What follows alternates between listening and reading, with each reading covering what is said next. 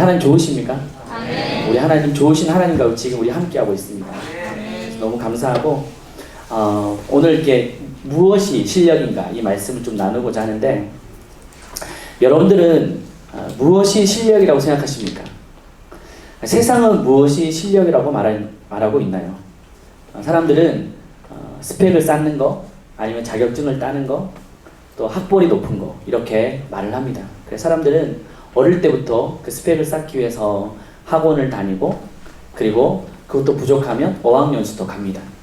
그리고 학벌이 좀 부족하면 대학원을 진학해서 학벌을 좀 높여보려고 하고, 또 자기 어떤 전문성을 쌓아서 스펙을 더 높여보려고 그렇게 합니다. 요즘 같은 경우는 토익, 토플, 또 한국사 능력을 통해서 자신의 어떤 경력을 더 높이려고 하고, 어디든지 인턴을 지원해서 자기의 커리어를 높이려고 합니다. 어떤 경우는 자기가 좀 외모가 부족하다고 생각하면 심지어 성형수술을 하기까지 해서 자기를 PR하려고 합니다. 또 면접학원, 구술학원에 가서 자기가 좀 자기를 표현하는 법이 있어서 좀 배워서 사람들에게 어필하고 또 좋은 직장에 가려고도 하고 있습니다. 세상에 이렇게 어떤 스펙의 기준을, 실력의 기준을 쌓고 열심히 나아가고 있는데, 우리 크리스찬에게 있어서 실력은 도대체 무엇일까요? 오늘 말씀을 통해서 우리의 실력이 무엇인가에 대해서 좀 나눠보려고 합니다. 오늘 본문의 이 말씀의 내용은 사도행전인데, 특별히 그 배경이 빌립보 도시를 배경으로 하고 있습니다. 근데 빌립보라고 하는 이 지역은 그 아시아에서 유럽으로 가는 관문입니다. 근데 이 곳은 로마의 식민지로 있었습니다. 근데 이 빌립보가 좀 주목해야 될 이유는, 이 로마 제국이 이 빌립보에 사는 시민들에게는 로마의 시민권을 부여했다는 거예요. 로마의 시민권은 두 가지 루트로 얻게 되는데, 첫 번째는 로마의 그 국가의 시민으로 태어나면 누구나 다 받게 됩니다. 근데 그렇지 않는 경우는 로마인이 아닙니다. 그렇지만 그가 얻을 수 있는 방법은 로마의 큰 공적을 쌓게 되면 로마로부터 부여를 받습니다. 아니면 돈을 많이 지불해서 그 로마의 시민권을 받게 되기도 한다는 거죠. 근데 이 빌립보 시민들은 그런 것도 아닌데, 그냥 로마 황제가 빌립보 사는 시민들은 다 로마 시민권을 주겠노라 그렇게 선언한 거예요. 그만큼 그 지역은 큰 혜택을 받았습니다. 당시에 그 고고학자들은 보면 그 빌립보는 문화와 상권, 그 교통이 발전된 나라였다는 거예요. 그 국가였다는, 그 도시였다는 거죠. 그래서 아무래도 경제적으로 많은 혜택을 받고 문화적으로 많은 혜택을 받았던 도시였다, 그렇게 보고 있습니다. 근데 이렇게 자기가 큰 혜택을 받으면 그만큼 큰 책임도 따른다는 거예요. 근데 어떤 책임이 따랐냐면, 그 도시에 사는 사람들은 절대적으로 로마 황제를 섬겨야 됐습니다. 만약에 다른 신을 섬기거나 딴 생각을 하다 보면 이건 반역죄로, 괘씸죄로 잡혀 들어가는 거예요. 마치 국가 반란죄처럼, 내가 이만큼 많은 혜택을 줬는데 네가 어떻게 이 황제를 섬기지 않을 수 있느냐. 그래서 반역죄로 낙인을 찍히는 거예요. 처벌을 받게 되는 겁니다. 근데 이 도시에서 오늘의 주인공이었던 바울과 실라가 예수의 이름으로 복음을 전합니다. 예수가 우리의 왕이시라고 선포를 하고, 또 예수의 이름으로 귀신 들린 자들 쫓아내게 됩니다. 그래서 그 지역에 있는 큰 소동이 일어난 거예요. 도대체 바울과 실라가 어떤 자이길래 로마 황제를 인정하지 않고 그 예수가 자기의 왕이라고, 구주라고 외치고 있느냐. 소동이 일어난 겁니다. 그래서 오늘 말씀에 보면 22절에 이렇게 말하고 있죠. 22절 말씀 보면 이렇게 말합니다. 무리가 일제 일어나 고발하니 상관들이 옷을 찢어 벗기고 매로 칠하여, 23절, 많이 친 후에 옥에 가두고 간수에게 명하여 든든히 지키라 하니, 그가 이러한 명령을 받아 그들을 깊은 옥에 가두고 그 발을 착고에 든든히 채웠더니. 그래서 엄청나게 매를 맞고 감옥에 갇히게 된 겁니다. 그리고 그 착고에 채워서 손과 발이 움직일 수 없는 그런 상황이 된 거죠. 그때 이 바울과 실라의 마음은 어땠을까요? 한번 생각해 보십시오. 복음을 열심히 전하다가 갑자기 막 매를 맞고 감옥에 갇히게 된 겁니다. 굶주림, 배고픔, 또 두려움 속에 감옥이라는 것이 얼마나 을신년스럽습니까? 또 거기서 막 사람들 비명소리가 막 들리는 거예요. 그리고 한 번은 뭐 어떤 사람이 갑자기 막 매질을 당하다가 막 시체로 이렇게 가는 걸 이렇게 보았습니다. 그들의 마음은 얼마나 두려웠겠습니까? 사방으로 다 막혀있는 그런 상황 속에. 그때 중요한 것은 오늘 말씀해 보면 그들이 그 자리에 머물러 있지 않고 뭘 했느냐 이렇게 말씀하고 있죠. 25절에 같이 말씀 한번 읽겠습니다. 시작. 한밤중에 바울과 실라가 기도하고 하나님을 찬송하며 제자들이 듣더라. 그들이 무엇을 했냐면 첫 번째 기도했다는 거예요. 기도. 그들이 가만히 머물고 있지 않고 기도를 했는데, 근데 기도의 내용이 어떤 거였을까? 한번 여러분 상상해 보십시오. 한번 어떤 기도를 했는지. 어떤 기도 했을까요? 여기서 너무 두렵고 무서우니까 빨리 이곳을 벗어났으면 좋겠다. 하나님, 빨리 이곳을 벗어날 수 있도록 해주십시오. 라고 하는 그런 기도였을까요? 한번 상상해 보세요. 아니면 지금 얼마나 쉬기 힘든데, 또 지금 쉬기 얼마나 어려운데, 어떻게든 더 복음을 전해야 되는데 내가 이 자리에 머물러 있으면 안 되지. 빨리 나가서 복음을 전할 수 있도록 도와주십시오. 그런 기도했을까요? 아니면 어제 복음을 전했던 사람들이 그 신변이 어떨지 모르니까 하나님, 그들을 우리가 어떤 상황인지 알 수 없으나 우리가 기도합니다. 중보기도 하오니 저들을 지켜주십시오. 라고 하는 그런 기도였을까요? 어떤 기도인지 한번 생각해 보십시오. 그리고 그들은 기도를 하고 기도만 하지 않고 오늘 말씀해 보면 그 기도 소리가 찬송의 소리로 바뀌었습니다. 그때 찬송은 어떤 찬송이었을까요? 그것도 한번 생각해 보십시오. 어떤 찬송? 그들의 마음이 너무너무 두려우니까 우리 하나님을 의지하는 그런 찬송이었을까요? 아니면 영적 전쟁하는 찬송이었을까요? 우리가 지금 영적으로 무너지면 안 된다. 더 우리가 힘을 모아서 하나님께서 이 옥문을 열어주시고 그 사단의 그런 공격으로부터 우리를 막아달라고. 그래서 뭐 세상의 유혹, 시험이 내게 몰려올 때 나의 힘으로는 그것들 모두 이길 수 없는 주를 찬양, 주를 찬양, 손을 들고 주를 찬양. 그리고 전쟁은 오직 여호와께 속했습니다. 그렇게 막 영적 전쟁하며 그렇게 찬송하는 그런 고백이었을까요?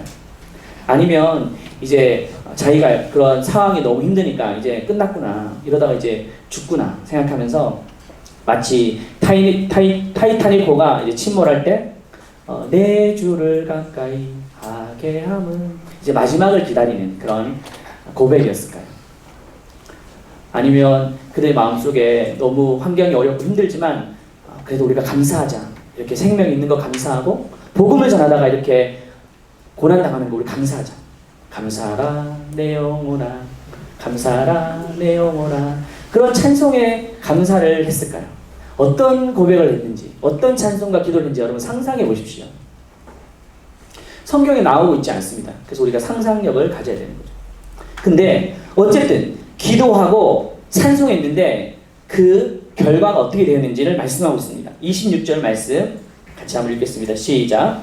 이에 갑자기 큰 지진이 나서 옥토가 움직이고 문이 곧 열리며 모든 사람의 매인 것이 다 벗어진지라. 아멘. 땅이 막 진동하기 시작했습니다. 그리고 옥문이 열렸습니다. 쇠사슬이 풀렸습니다. 착고가 풀렸습니다. 어떻게 보면 이 초자연적인 현상, 기적 같은 현상이 일어난 거예요. 지진이 나서 모든 것이 다 무너지고 환경이 완전 반전되었습니다. 그러면 이때 여러분들 어떻게 해야 되겠습니까? 이때 어떻게 해야 돼요? 이때 도망가야 됩니다. 토끼해야 됩니다. 이제. 완전 이때는 이때다라고 하면서 토끼해야 되는 것이 정상인 거예요. 일반적인 사람의 정상이죠.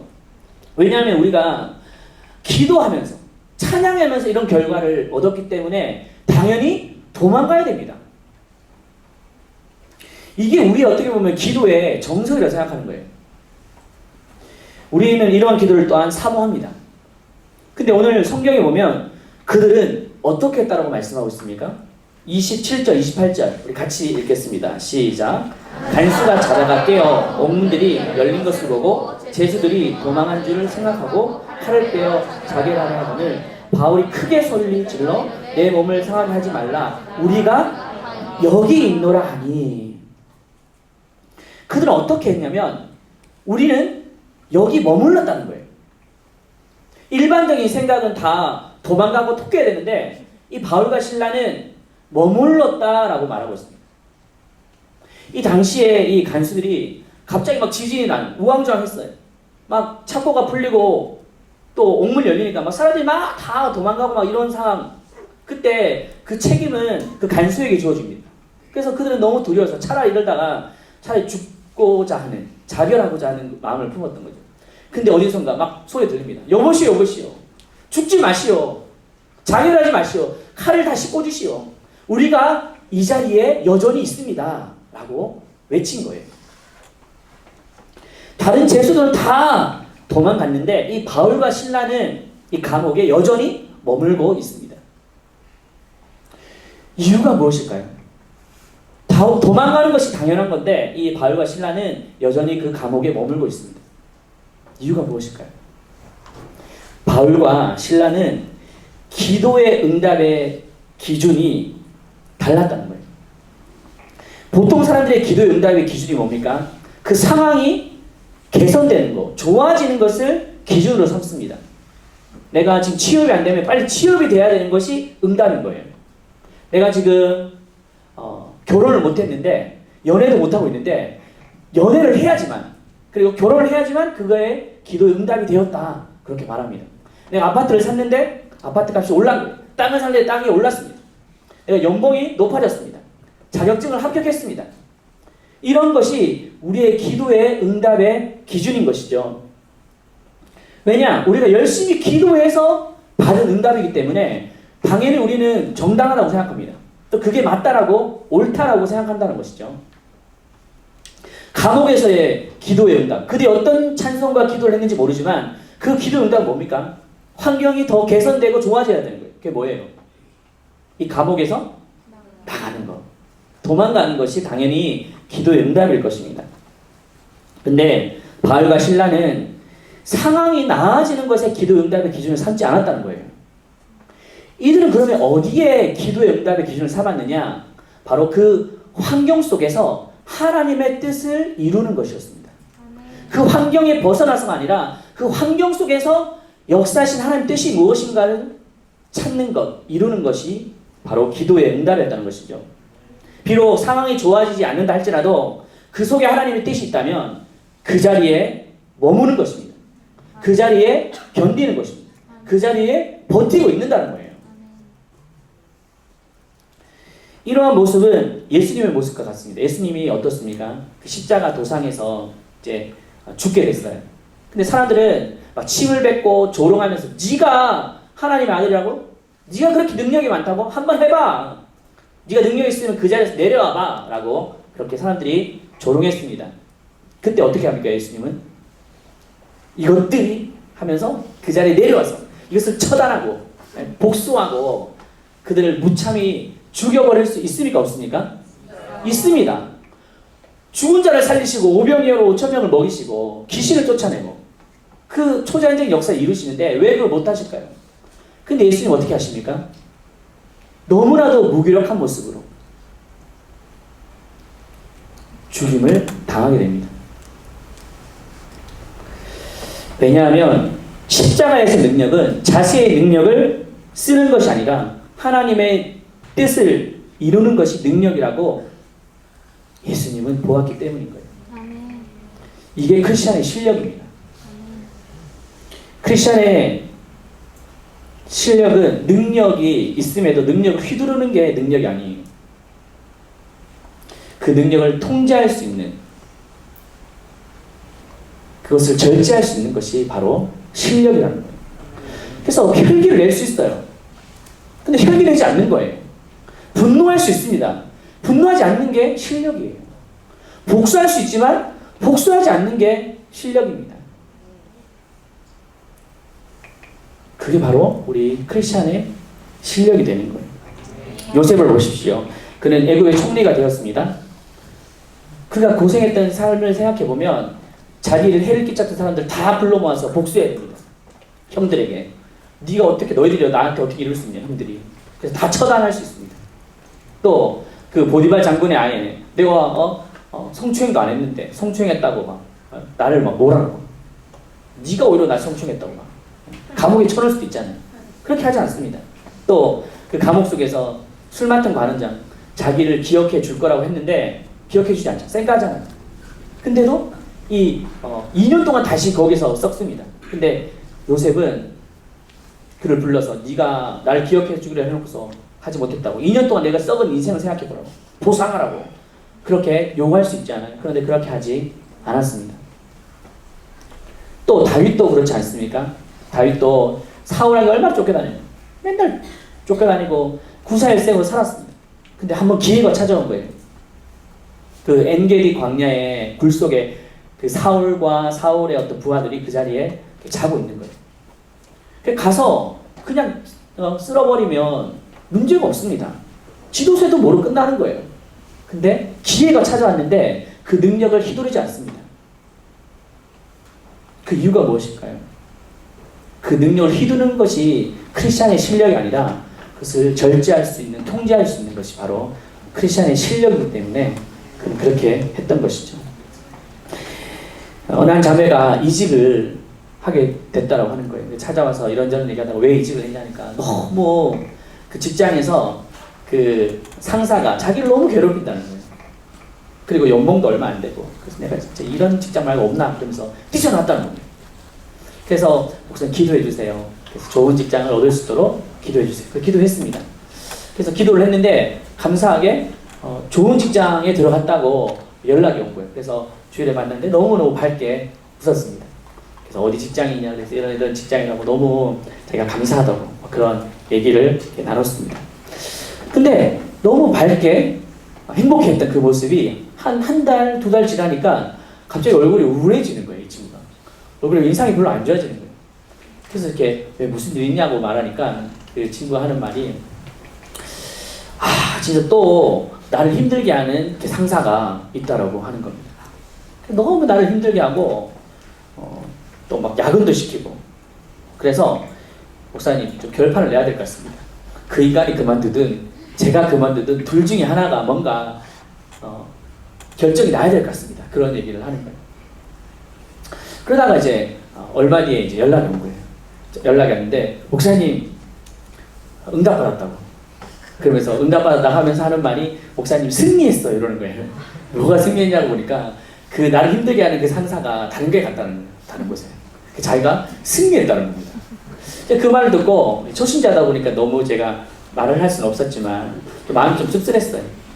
그러면 그 상사가 다른 데 가면 승리했고 그 상사가 그 자리에 그냥 머물고 있으면 패배한 겁니까? 실패한 겁니까? 그건 아니잖아요. 우리의 어떤 기도 응답의 기준을 상태가 좋아지는 것으로 삼으면 안 된다는 거예요. 아무리 돈을 많이 벌고 높은 지위를 가졌다 할지라도 하나님의 뜻이 그곳에 머물고 있지 않으면 그것은 저주입니다. 비록 내 삶이 지금 무너져 있고 힘든 삶이라 할지라도 그 상황 속에서 하나님의 뜻을 이루고 있다면 그것은 가장 큰 축복이라는 거예요. 여러분들, 십자가의 능력은 고난의 자리를 떠나는 것이 아니라 어떻게 보면 그 자리에 머무는 것임을 믿으시기를 축복합니다. 그렇다면 우리가 그 자리에 머물 수 있는 능력은 어디에서 옵니까? 그것은 바로 무엇을 바라보고 있느냐에 따라서 결정이 되는 거예요. 한번 따라합시다. 십자가의 능력은 무엇을 바라보느냐에 따라서 결정된다. 북한에 가면 북한의 그 높은 건물에 다 뭐가 걸려져 있습니까? 김일성, 김정일, 또 김정은 3대 초상화가 걸려져 있습니다. 또 김일성 광장에 가면 김일성 그 동상이 크게 세워져 있습니다. 건물마다 방마다 보면 다 초상화가 있어요. 왜 그게 세워져 있습니까? 바로 그게 북한을 움직일 수 있는 능력이라고 생각하는 거예요. 근데 교회의 능력이 무엇입니까? 교회의 능력 어디에 있습니까? 우리 도은호 목사님의 큰 액자가 걸려져 있습니까? 우리 한성교회? 네? 아니잖아요. 뭐가 걸려져 있습니까? 십자가 걸려져 있어요. 십자가의 의미가 무엇입니까? 그곳에 바로 능력이 있는데 어떤 능력이 있다는 거예요? 십자가는 도피와 회피의 상징이 아닙니다. 십자가는 머금의 상징이라는 거예요. 예수님의 그 십자가에서 머뭅니다. 도망가지 않는다는 거예요. 그 자리를 지키는 것이 바로 십자가의 능력. 그때 인내를 배울 수 있는 것입니다. 저는 사역을 하다 보면 많은 청년들이 사역을 하다가 못해먹겠다고 그렇게 그냥 떠나는 경우를 많이 봅니다. 또 집안에서 너무 힘든 거예요. 부모님이랑 계속 관계가 문제가 생기고 해서 내 꿈은 빨리 독립하는 거라고. 이 지긋지긋한 집구석을 뛰쳐나가는 것이다. 그렇게 얘기하는 사람도 있습니다. 관계가 막 불편하면 그 관계에서 직면하지 않고 어떻게든 회피하고 도망가려고 하는 경우도 있습니다. 또 직장에서도 조금만 상사가 힘들게 하면 어떻게든 벗어나려고 도망가려고 하는 그런 경우가 있죠. 그러나 하나님의 뜻은 어떻게 보면 그 자리에 머무는 것인지 모른다는 거예요. 진정한 실력이 무엇입니까?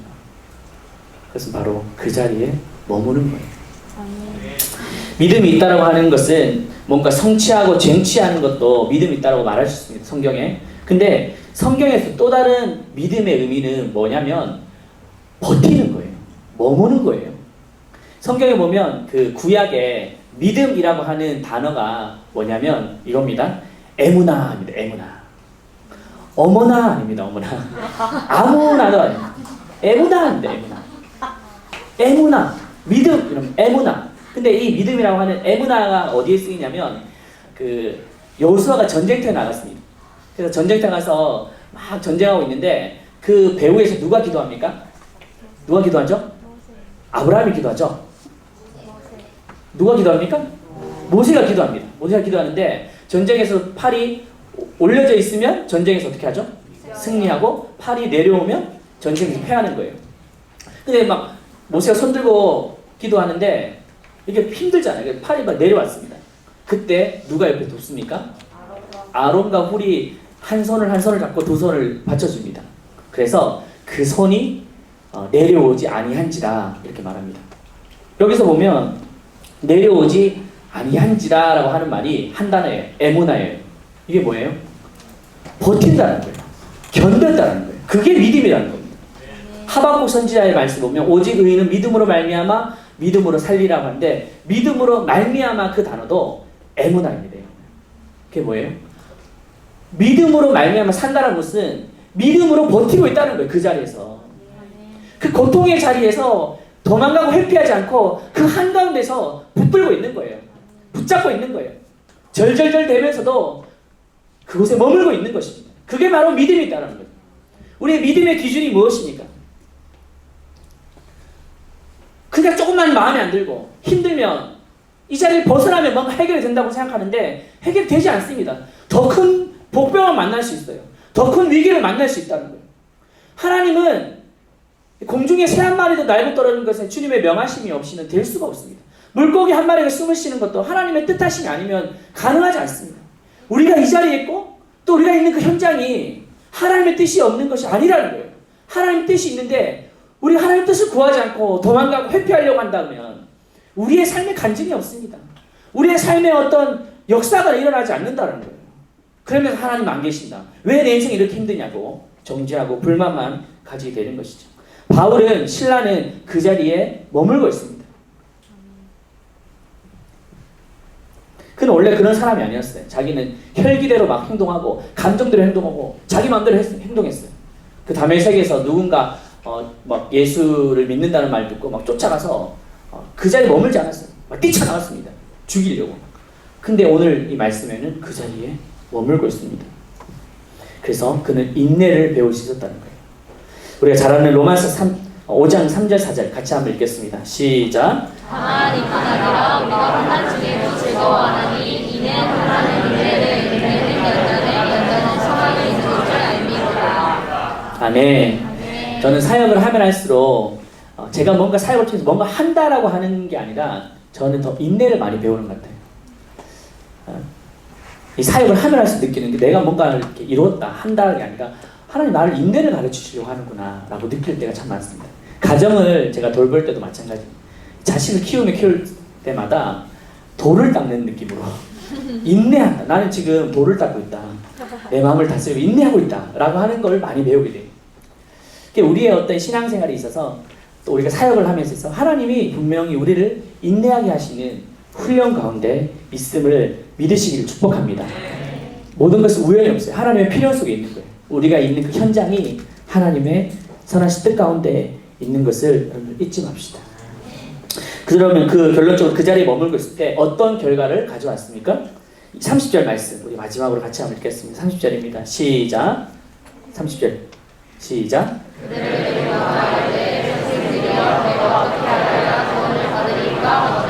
31절.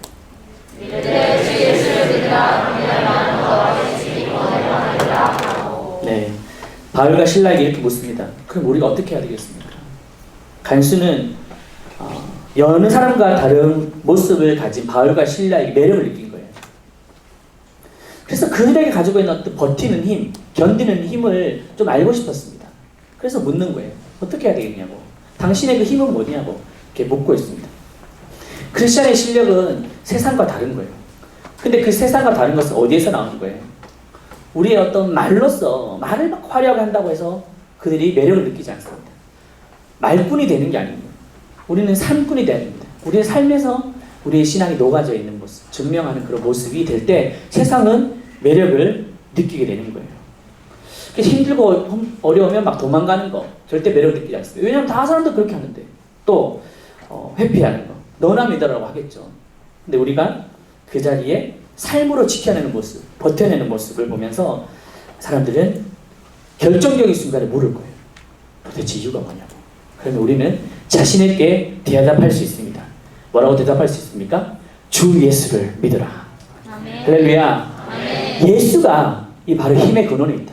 아멘. 예수가 우리의 능력이다. 아멘. 예수가 우리의 소망이었기 때문에 나는 버틸 수 있었다. 견딜 수 있었다라고 말할 수 있는 거예요. 세상이 소망에 관해서 이유를 묻는 자에게 우리가 항상 대답할 것을 가지고 있는 것 중요하지만 우리의 삶으로 그것이 증명될 때 그게 선언되어 줄 수 있는 거예요. 그것이 바로 우리의 실력이라는 것입니다.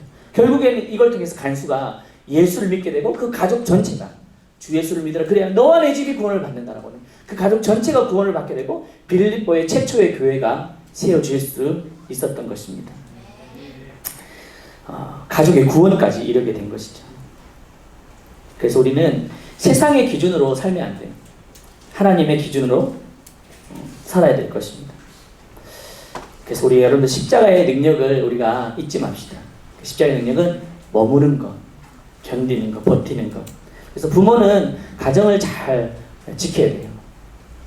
어떻게 보면 힘들어요. 제가 요즘에 너무 힘듭니다. 부모로서 가정을 지킨다는 것이 여러분 너무너무 힘들어요. 우리 부모님도 가정을 지켜오셨다는 그것만 해도 우리는 정말 격려하고 또 그들을 위해서 축복해야 될 것입니다. 부모는 가정을 잘 지켜야 돼요. 학생은 책상을 잘 지켜야 돼요. 책상. 또 우리의 직장인들은 현장을 잘 지켜야 돼요. 직장의 현장 속에서 잘 지켜야 돼요. 리더들은 강단의 기도의 시간, 그 자리를 잘 지켜야 됩니다. 홍대를 지켜야 됩니다. 리더들은 이 교회만 지키면 안 돼요. 홍대를 지켜야 돼요. 그 자리에 머물고 지키는 것. 그것이 바로 우리의 실력이라는 겁니다. 지난주 화요일날 제가 전도 왔는데 아무도 안 나왔어요. 혼자 지켰습니다. 이러면서 옆들이 이번 주에 아니 그런 건 아니고 이번 주에 나목사 다집합을 명조사 다집합 이렇게 하려고 했었는데 근데 목요일날도 보니까 명조사 혼자 지키는 것 같더라고요. 근데 한 명이 더 와서 2명이 지켰던 걸 제가 봤습니다. 우리는 홍대를 지켜야 됩니다. 강단을 지켜야 됩니다. 영혼을 지켜야 됩니다. 그것이 우리의 믿음을 증명하는 거예요. 그것을 머무는 것입니다. 도망가는 것이 아니고 회피하는 것이 아니라 그 자리가 바로 우리의 실력을 증명할 수 있는 자리라는 거예요. 어디서 우리의 실력을 증명할 수 있겠습니까? 우리 모두가 우리가 있어야 될 그 자리를 잘 지킴으로써 우리의 믿음을 증명하시기를 축복합니다. 이 얘기를 하고 마쳤으면 좋겠는데 1892년도에 이 낯선 한국 땅에 한 선교사님 부부가 도착했습니다. 이들은 열심히 복음을 위해 사역을 했지만 한 가지 자녀가 없어서 너무너무 힘들었어요. 근데 6년 만에 첫 아들이 태어났습니다. 그러나 출생 후에 8개월 만에 하나님께서 하늘나라로 거둬가십니다. 부부는 이들의 시신을 양화진에 묻었습니다. 3년이 지날 쯤에 이제 아픔이 이제 좀 아물어 갈 그때에 감사하게 둘째 아이가 태어났어요. 10달을 품고 세상에 나왔으니까 얼마나 기뻤겠습니까? 근데 그를 하루 만에 또 데려가셨어요. 그리고 1년 뒤에 어머니는 우울증으로 그만 슬픔을 이기지 못하고 하늘나라로 가게 되었습니다. 이 모든 일을 지켜봤던 조선인들은 이상했어요. 왜 저런 짓을 할까? 그래서 물었습니다. 당신이 전하는 예수가 누구길래 이렇게 당신을 힘들게 하는 거예요? 근데 그때 그 선교사님은 그 대답을 찬양을 지어 부르기 시작했습니다. 이 찬양이에요. 예수님은 누구신가? 우는 자의 위로와 없는 자의 풍성이며 천한 자의 높음과 잡힌 자의 노임되고 우리 기쁨 되시네. 예수님은 누구신가? 우는 자의 위로와 없는 자의 풍성이며 천한 자의 높음과 잡힌 자의 노임되고 우리의 기쁨 되시네. 이 찬송가는 우리가 잘 아는 95장 찬송을 이 선교사가 바로 연동교회의 시초 또 경신학교 교장이었던 프레드릭 밀러 선교사님이셨습니다. 그가 흘렸던 눈물은 절대 헛되지 않습니다. 그의 눈물 때문에 비록 자녀들이 다 죽고 그의 아내가 우울증으로 자살해서 생명을 거뒀다 할지라도 그의 눈물이 지금 한국 땅에 머물고 있는 거예요. 우리에게 지금 머물고 있습니다. 여러분들 가정 속에 너무 힘들어서 도망가고 싶고 포기하고 싶을 때도 있잖아요. 도망가면 안 돼요. 힘들어도 버텨야 됩니다. 우리의 실력을 증명하기 위한 것 있지만 그 이전에 하나님의 뜻이 그 자리에 머물다가 결국에 하나님의 뜻을 영광을 보기를 원하신다는 거예요. 그런 축복을 꼭 누리기를 바랍니다.